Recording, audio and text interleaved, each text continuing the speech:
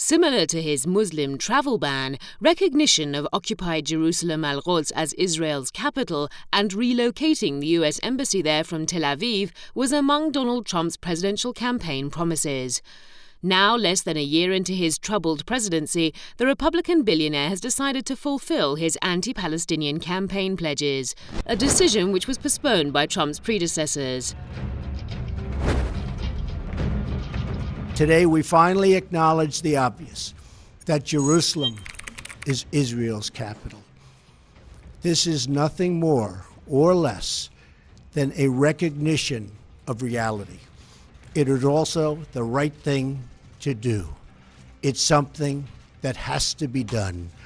That is why, consistent with the Jerusalem Embassy Act, I am also directing the State Department to begin preparation to move the American embassy from Tel Aviv to Jerusalem.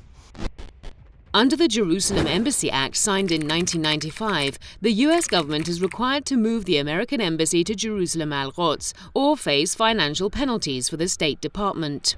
Every 6 months, however, presidents can sign a waiver to avoid these penalties on national security grounds. It's important to remember that there are no embassies in Jerusalem Al-Quds, while there are 86 diplomatic missions in Tel Aviv. A recent opinion poll shows Trump's approval rating stands at only 35%. By making good on his campaign promises, Trump is seemingly trying to rally the support of his political base at the expense of the security of U.S. diplomats in Israel. This is going to create a tremendous problem for the future. It's going to create another situation that we've got now. We're going to be millions of Palestinians saying in the future, that's our land, we want it back. So I think that's why the Jewish state was planted there in the first place, and why the Americans were so quick to recognize it, because they're putting it on a collision course with the native people of that part of the world.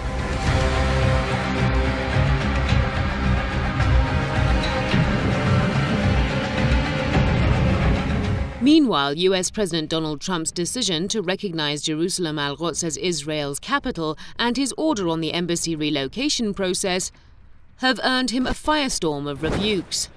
Palestinian factions have condemned Trump's decisions, with the resistance movement Hamas threatening to launch a new intifada or uprising.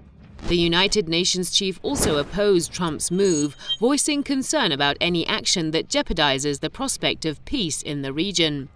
Iran and Turkey were also among many countries who vent their anger at the U.S. president's announcement. Israeli Prime Minister Benjamin Netanyahu hailed as, quote, historic Trump's recognition of Jerusalem Al-Quds as the regime's capital. Al-Aqsa Mosque, which is located in East Jerusalem Al-Quds, is the third holiest site for Muslims. Israel, however, occupied the eastern part of the holy city following the 1967 Arab-Israeli War, and has ever since been violating international regulations by constructing settlement units there. Trump, who once fashioned himself as an ultimate deal-maker, has killed hopes for the achievement of a so-called two-state solution by making decisions that are heavily biased towards Israel. Yes, the United States is very biased towards Israel. It's extremely super pro-Israel, and it's one of the main reasons that there's been no proper action on UN resolutions pertaining to Israel, because every time that someone tries to enforce those resolutions at the United Nations, guess what? The United States vetoes.